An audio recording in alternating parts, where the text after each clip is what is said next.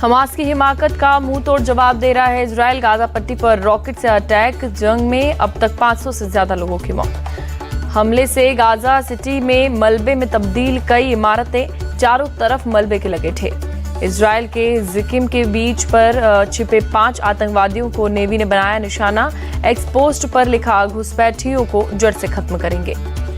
Israel defence forces की ओर से भी मुंहतोड़ जवाब। माउंट डोव में हिजबुल्लाह आतंकियों के इंफ्रास्ट्रक्चर पर दागे रॉकेट। इजराइल हमले पर बोली केंद्रीय मंत्री मीनाक्षी लेखी, मामले पर पीएमओ की नजर, हम वहां के लोगों के संपर्क में। इजराइल पर हमास आतंकियों के हमले पर केंद्रीय मंत्री अनुराग ठाकुर का बयान, कहा घुसपैठ पर आम नागरिकों पर हमला काफी दुखद।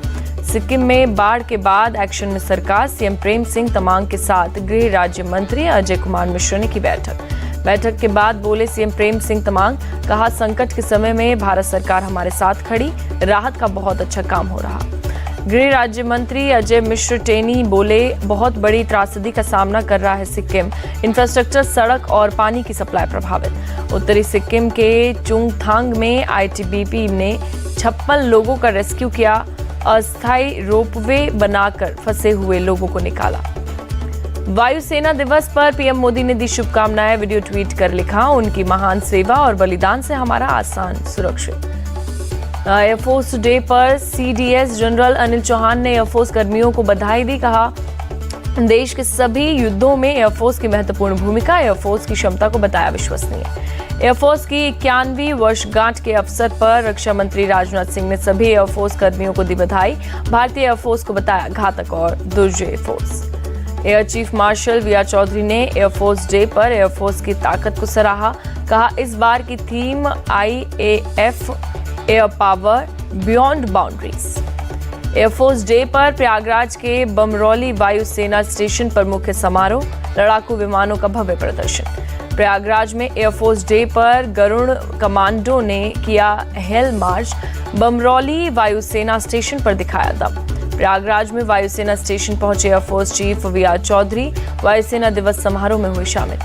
इसरो ने आदित्य L1 मिशन पर दिया अपडेट, लिखा ठीक तरह से सूर्य की तरफ बढ़ा रहा यान, 6 अक्टूबर को 16 सेकंड के लिए किया सुधार। बिहार के बाद अब राजस्थान में होगी जाति जनगणना, गहलोत सरकार ने जारी किया आदेश। राजस्थान सरकार के आदेश में कहा गया, राज्य सरकार अपने संसाधनों से जाति आधारित सर्वेक्षण कराएगी। सभी नागरिकों के सामाजिक, आर्थिक और शैक्षणिक स्तर को लेकर जानकारी और आंकड़े इकट्ठा किए जाएंगे।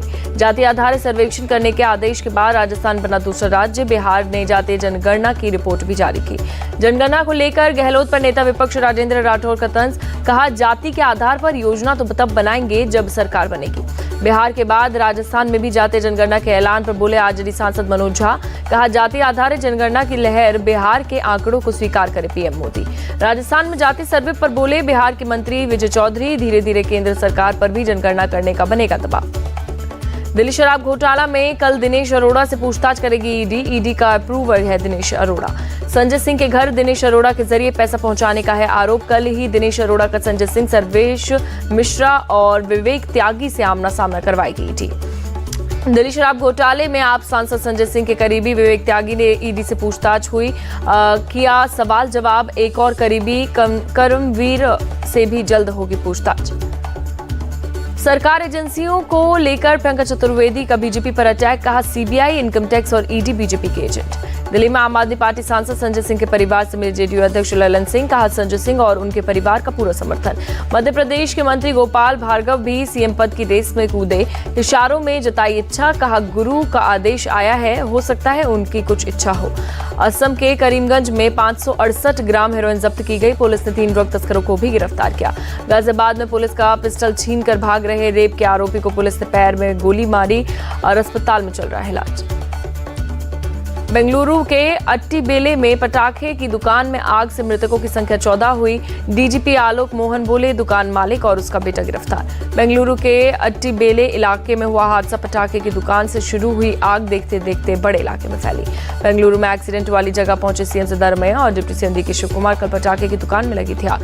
बेंगलुरु अग्निकांड पर बोले सीएम सिद्धारमैया, दुकान के लाइसेंस, सुरक्षा सावधानियों की हो रही है जांच और जांच के बाद होगी कड़ी कार्रवाई। कर्नाटक के मांड्या में मनमुल डेयरी में आग लगी, मौके पर फायर ब्रिगेड की गाड़ियां, सभी लोगों के सुरक्षित होने की खबर।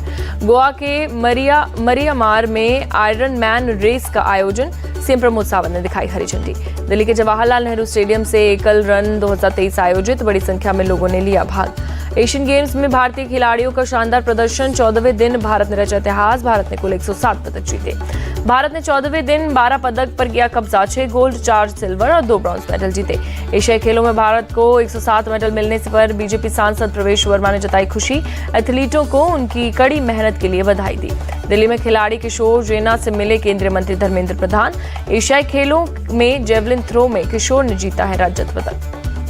एशियाई खेलों के पदक वीरों से मिलेंगे पीएम मोदी, 10 अक्टूबर को पीएम और खिलाड़ियों की होगी मुलाकात। एशियन गेम्स में भारत ने बैडमिंटन में रचा इतिहास, चिराग शेट्टी और सात्विक साईराज की जोड़ी ने पहली बार बैडमिंटन में दिलाया गोल्ड मेडल। कबड्डी में भारत की महिला और पुरुष टीम ने जीता गोल्ड, महिला टीम ने चीनी ताइपे को हराया तो पुरुषों की टीम ने ईरान को हराकर गोल्ड पर किया कब्जा। एशियन गेम्स में क्रिकेट का पहला गोल्ड जो भारत ने जीता, बारिश की वजह से मैच को किया गया रद्द, भारत टॉप सीड के आधार पर विजेता घोषित। हरियाणा में अपने घर झज्जर पहुंची एशियाई खेलों की स्वर्ण पदक विजेता पलक गुलिया, इलाके के लोगों ने भव्य स्वागत किया। एशियाई खेलों में रिलायंस फाउंडेशन से जुड़े 12 एथलीट से जीते पदक। नीता अंबानी ने 100 से अधिक मेडल जीतने पर टीम इंडिया को बधाई दी। नीता अंबानी ने किशोर जेना, ज्योति याराजी और पलक गुलिया को खास तौर पर बधाई दी। लवलीना और किशोर जेना का पेरिस ओलंपिक में स्थान पक्का।